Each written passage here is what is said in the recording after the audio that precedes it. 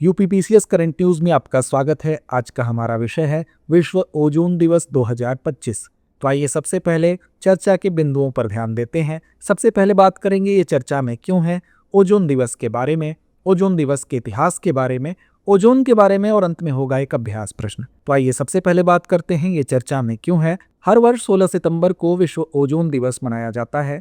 इसका उद्देश्य ओजोन परत की महत्ता और उसके संरक्षण की आवश्यकता पर वैश्विक जागरूकता बढ़ाना है। विश्व ओजोन दिवस 2025 का विषय है विज्ञान से वैश्विक कार्रवाई तक, यानी from science to global action, जो मॉन्ट्रियल प्रोटोकॉल की 40वीं वर्षगांठ और अंतर्राष्ट्रीय सहयोग से ओजोन संरक्षण पर केंद्रित है। इस वर्ष वियना कन्वेंशन की भी 40वीं वर्षगांठ है, जिसने ओजोन परत की रक्षा हेतु वैश्विक समझौते की नींव रखी थी। आइए जानते हैं ओजोन दिवस के बारे में।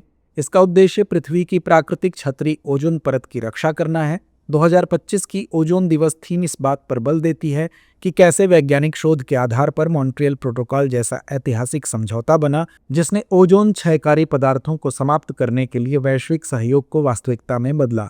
इस वर्ष मॉन्ट्रियल प्रोटोकॉल की 100% वैश्विक स्वीकृति और पृथ्वी की ओजोन परत की मरम्मत में आ रहे सकारात्मक बदलावों पर भी ध्यान केंद्रित है। आइए अब नजर डालते हैं ओजोन दिवस के इतिहास पर।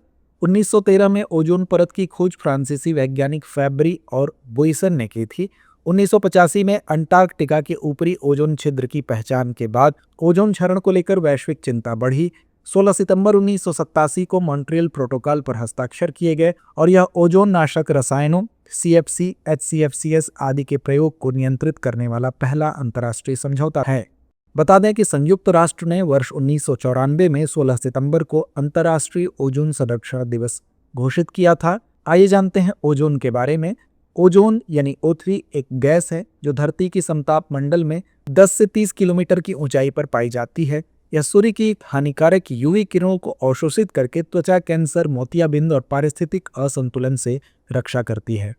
ओजोन क्षयकारी पदार्थों जैसे CFCs, HCFCs, हेलोन्स आदि का प्रयोग ओजोन छिद्र के लिए जिम्मेदार है। ओजोन परत की मोटाई कम होने पर मानव, जीव जंतु, कृषि और पारिस्थितिक तंत्र पर व्यापक असर पड़ता है। तो आइए अंत में नोट करते हैं आज का अभ्यास प्रश्न। ओजोन परत के संदर्भ में निम्नलिखित कथनों पर विचार कीजिए। पहला, ओजोन परत मुख्यतः समताप मंडल यानी स्ट्रेटोस्फीयर में पाई जाती है। दूसरा, यह सूर्य की हानिकारक पराबैंगनी यानी UV किरणों को अवशोषित करती है। उपर्युक्त में से कौन सा या से कथन सही है या है? विकल्प A केवल 1, विकल्प B केवल 2, विकल्प C 1 और 2 दोनों, या विकल्प D ना तो 1 ना ही 2। तो इस प्रश्न का जवाब कमेंट बॉक्स में देना ना भूलें। धन्यवाद।